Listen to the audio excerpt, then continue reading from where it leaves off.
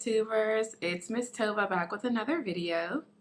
Thanks for tuning in, and please don't forget, if you haven't already, subscribe to my channel. Just hit that little button below me. Hit the subscribe button. Thank you. So you are awesome. Period, point blank, end of sentence. I'm going to do a series to explain some of the top reasons why you are awesome.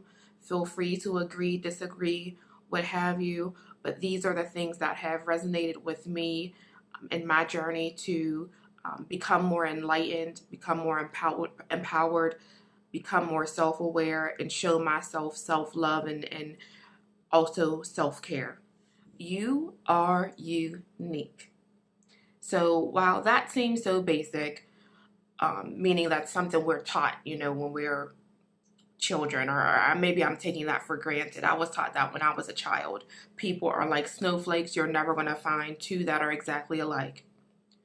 The reason why I like to talk about this in more depth is so people can understand and begin to explore their uniqueness. It's one thing to know it as a fact. It's another thing to begin to know how you're unique, what makes you unique.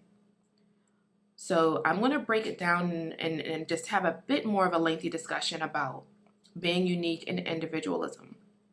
So as humans, we all have, I would like to say, 3 different basic core parts of who we are. You have your body, your physical being, you have your mind, your brain, and then you also have a third part of you, and like I said, this is basic and core, that people call many different things in many different texts, research, religions, what have you. And I'm not here to say what the right term is. I'm just going to throw a few terms out there. So people may say their soul, people may say their spirit, their subconscious or unconscious mind. But the point is you have a third part of you that is not your mind and not your body. So with that said, your body that we know is physical and is only here for a little limited amount of time. I think most people will agree, that is a thing of material substance. Your mind is something that is to be controlled by your spirit. So oftentimes we allow our minds to dictate who we are, to control the way that we operate, to control our feelings, control our behaviors, and you have the power to do the opposite.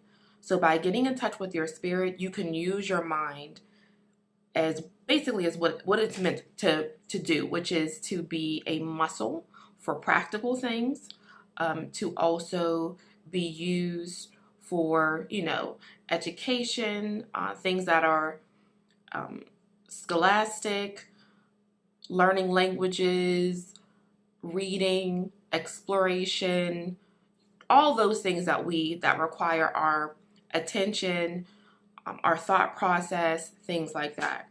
But your spirit is the core and can control that. There's a song by the Ghetto Boys, I don't know, going back to the early 90s, My Mind is Playing Tricks on Me.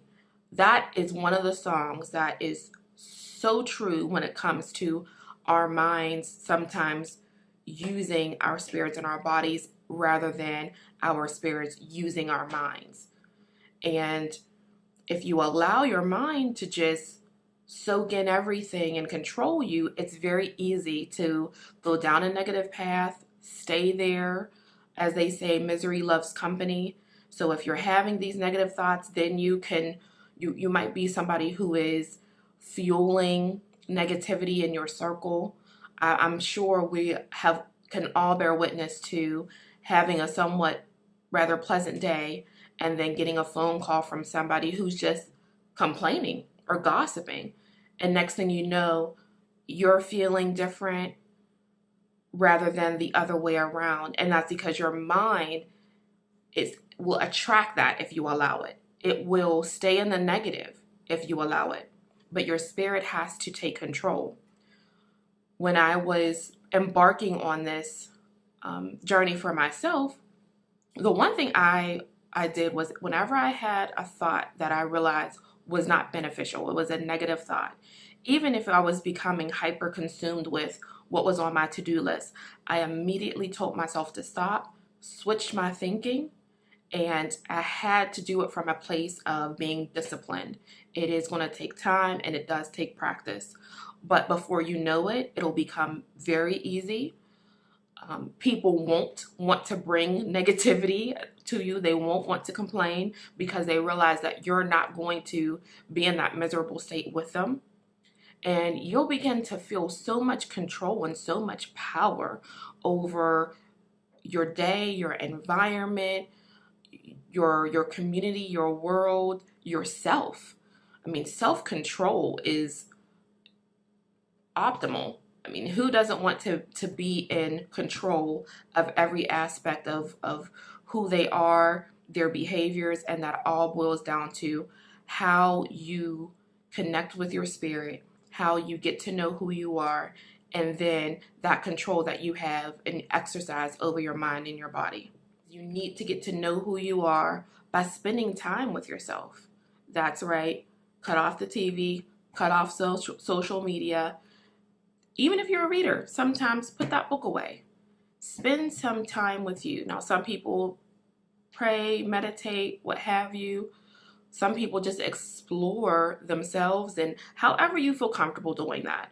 I know for me, meditation was something that definitely worked because it allowed me to just focus on every aspect of what I was feeling, my wants, my needs, just everything. So I'm encouraging everyone to take some time out for themselves, get to connect with your spirit, and be in control. It's not easy. It takes discipline, but I promise you this is something that everybody can do. And I'm going to end this video here. I want everybody to have an amazing day. Again, know that you're awesome. And this is Miss Tova, a shot of love, no chaser.